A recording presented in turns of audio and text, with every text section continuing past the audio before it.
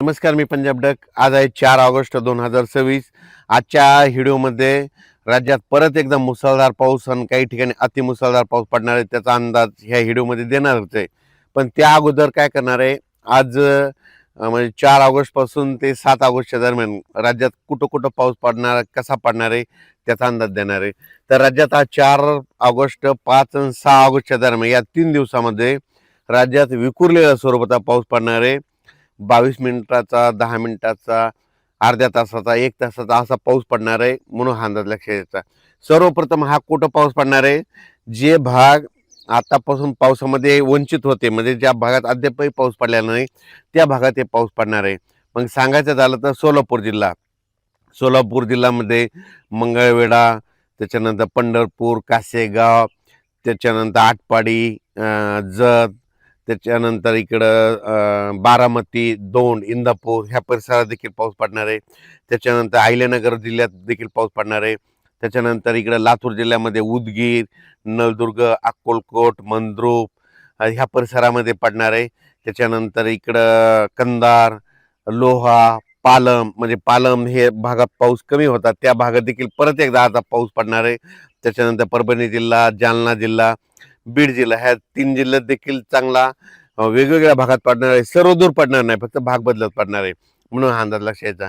नांदेड जिल्ह्यात आज जरा जास्त पाऊस पडणार आहे, म्हणून हा नांदेडकरांनी अंदाज लक्ष यायचा.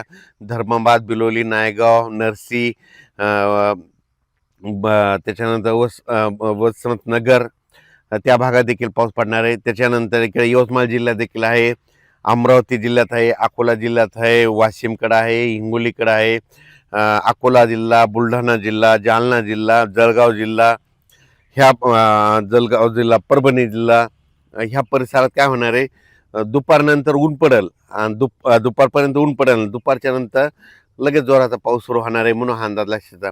आणि मुंबई कोकणपट्टीचा म्हणजे ते पालघरपासून ते इकडं रत्नागिरीपर्यंत, गोव्यापर्यंत ते पाऊस सुरूच राहील. त्याच्यामुळे पुणेकडे देखील सरी सुरू राहते.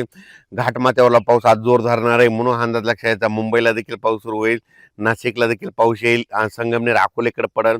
त्याच्यानंतर नंदुरबार, धुळेकर सरी येतील, काही ठिकाणी रिमझिम पाऊस येईल. आणखीन 3 दिवसमध्ये राज्यात असाच विखुरलेल्या स्वरूपाचा पाऊस आहे.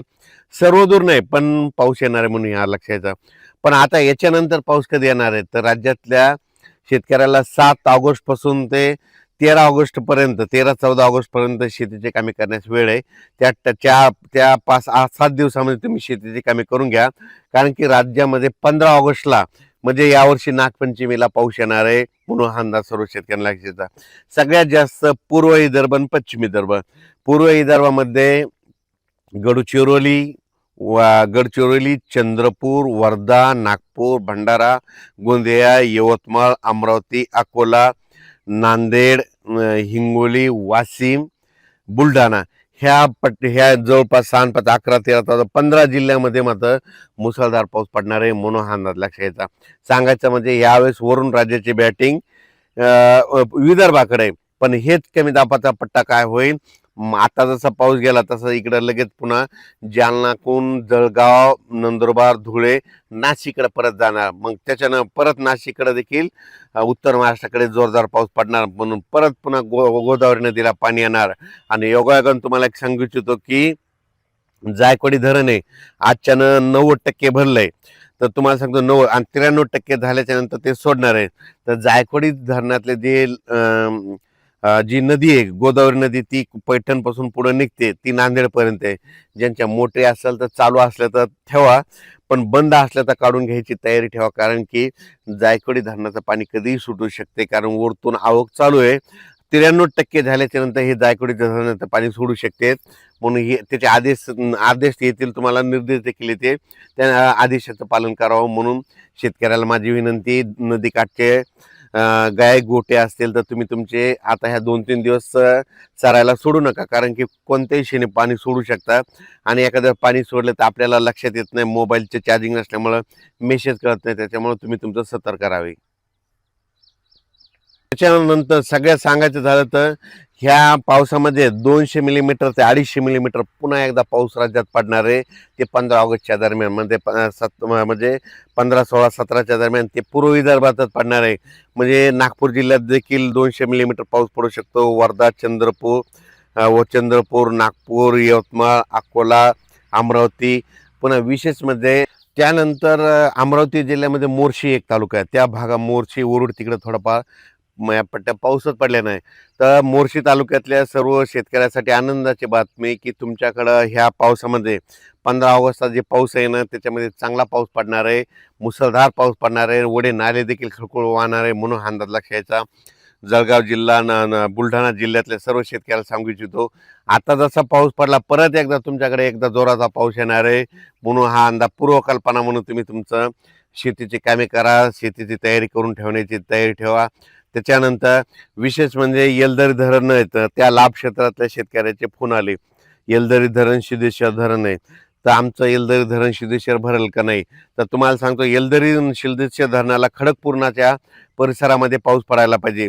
आणि खडकपूर्णा जे धरण आहे त्याला पाऊस पडायला बुलढाणा जिल्ह्यामध्ये विदर्भात पडायला पाहिजे. तर या पावसामध्ये विदर्भामध्ये त्या खडकपूर्णाच्या कॅचमेंट एरियामध्ये पाऊस पडणार आहे. त्याच्यामुळं खडकपूर्णा भरलं तर त्याचं पाणी येलदरीला येतं, येलदरीचं पाणी सिद्धेश्वरला येतं आणि त्याचा हिंगोली जिल्ह्याला फायदा होतो. म्हणून त्यांच्यासाठी आनंदाची बातमी, सप्टेंबरपर्यंत हे तिन्ही धरणं भरून जाणार आहेत. म्हणून त्यांच्यासाठी आनंदाची बातमी. म्हणून हे देखील त्यांनी अंदाज लक्षात घ्यायचा. कोकणपट्टी घाटमाता, मुंबई पुणे नाशिक, इगतपुरी, अकोले संगमनेर आणि इकडं कोल्हापूर त्या तिकडला आणि महाबळेश्वर त्या पट्ट्यातला पाऊस मध्ये आज ह्या 3 दिवस आणखीन जोर धरणार आहे. म्हणून हे लक्षात यायचं. 7 तारखेच्या नंतर ते देखील जोर ओसरल. पण त्याच्यानंतर परत 15 ऑगस्टला पुन्हा परत पाऊस सक्रिय होणार आहे. म्हणून हा अंदाज लक्षात यायचा. तुम्हाला सांगतो यावेळेस नागपंचमीच्या वेळेस पाऊस येणार आहे. गणपती आगमनाच्या वेळेस गणपतीच्या त्या 9 दिवसामध्ये देखील पाऊस येणार आहे. दसऱ्याला देखील पाऊस पडणार आहे. म्हणून हा अंदाज सर्व शेतकऱ्यांना लक्षात यायचा. तसेच तेलंगणातल्या शेतकऱ्यांना सांगू इच्छितो की आजच तेलंगणामध्ये जवळपास 4 ऑगस्ट 5 आणि 6च्या दरम्यान तेलंगणा, धर्माबाद, आदिला, डोंगरी तहसील तिकडे देखील पाऊस पडणार आहे. म्हणून हा अंदाज त्यांनी लक्षात द्यायचा. कर्नाटककडे देखील आज बऱ्याच भागामध्ये विखुरलेल्या स्वरूपाचा पाऊस पडणार आहे. म्हणून कर्नाटकच्या शेतकऱ्यांना अंदाज लक्षात द्यायचा.